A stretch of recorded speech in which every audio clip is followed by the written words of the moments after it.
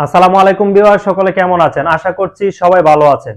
আমরা Google play স্টোরটাকে কিন্তু শুধু অ্যাপ ইনস্টলের জন্য ব্যবহার করে থাকি, কিন্তু গুগল প্লে স্টোর কিন্তু অ্যাপ ইনস্টল ছাড়াও আরো গুরুত্বপূর্ণ কিছু ফিচার্স রয়েছে। তার ভিতরে ব্যাটারি সেভার, এমবি সেভার এবং ভাইরাস স্ক্যানারের মতো খুবই গুরুত্বপূর্ণ হিডেন ট্রিক্স ফিচার্স রয়েছে, যেগুলো আমরা অধিকাংশ মানুষই জানি না। আজকে আমি আমার মূল ভিডিওতে দেখাবো সেই হিডেন ট্রিক্স 5টা ফিচার্স কি। সেই 5টা ফিচার্স আপনি মোবাইল সেটিং করার মাধ্যমে আপনার ফোনে কি কি সুবিধাগুলো পাবেন। তো বুঝতে পারতেছেন ভিডিওটা কিন্তু খুবই গুরুত্বপূর্ণ। তো চলুন বেশি কথা না বাড়িয়ে মূল ভিডিওটা শুরু করি। তো মূল ভিডিও শুরু করার পূর্বে একটা ছোট্ট রিকোয়েস্ট, যদি আপনি এই ধরনের আরো ইন্টারেস্টিং ভিডিও পেতে চান তাহলে অবশ্যই আমার ইউটিউব চ্যানেলটাকে সাবস্ক্রাইব করে পাশে থাকবেন। তো চলুন মূল ভিডিওতে চলে যাই।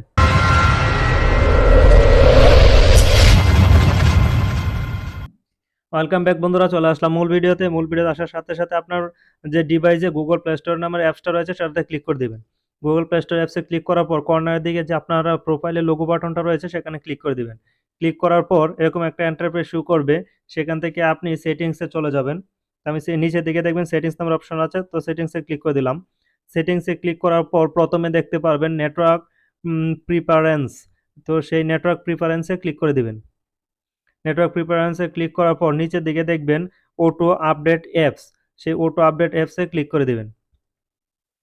অটো আপডেট অ্যাপসে ক্লিক করার পর দেখুন এখানে দেওয়া আছে over wifi only, over any network দেওয়া আছে। তো এখানে যদি আপনার নেটওয়ার্ক সিলেক্ট করা থাকে তাহলে আপনার যখনই আপনি নেটওয়ার্ক কানেকশন হবে তখন আপনার ফোনে ধরেন মনে করেন আপনার 1.5 থেকে 200 অ্যাপস রয়েছে, সো 1.5 থেকে 200 অ্যাপস কোনো না কোনো অ্যাপস কন্টিনিউ আপডেটের উপর থাকবে। তো সেখানে ক্ষতিকারক বিষয়টা হচ্ছে যদি আপনার কন্টিনিউ অ্যাপসগুলা কোনো না কোনো অ্যাপস আপডেটে থাকে, তখন মনে করেন আপনি 1 জিবি এমবি কিনলেন, তো এখান থেকে 600 এমবি চলে গেল ওই আপডেটের পিছনে।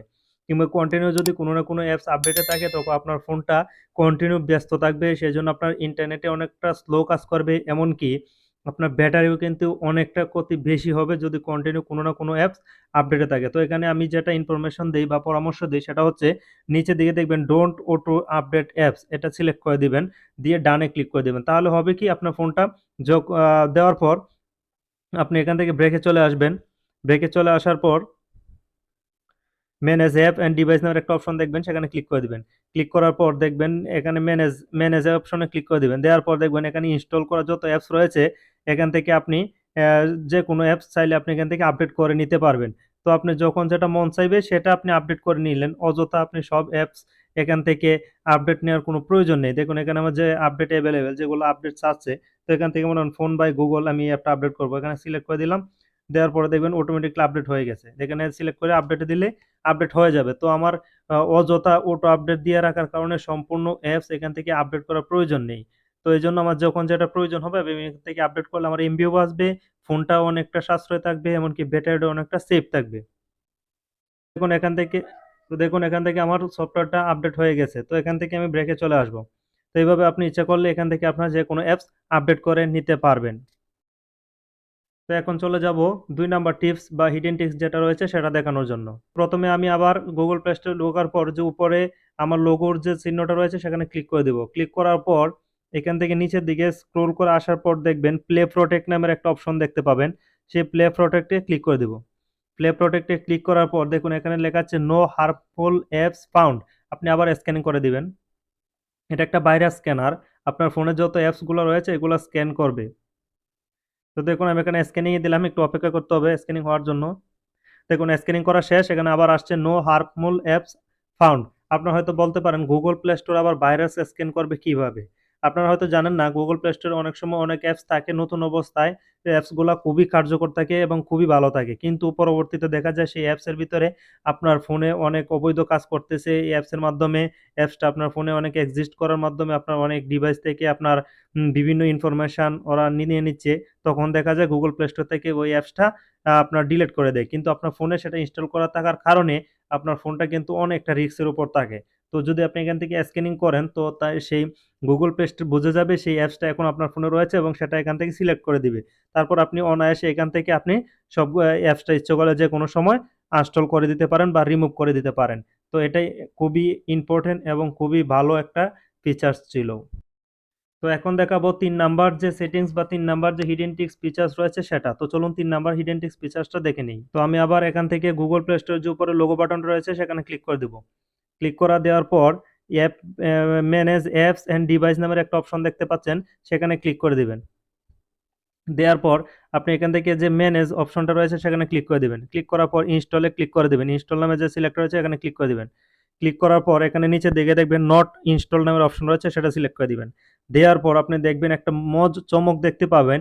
এ যাবৎকাল যত অ্যাপস আপনার ফোনে ইনস্টল করেছিলেন সবগুলা লিস্ট এখানে চলে আসবে।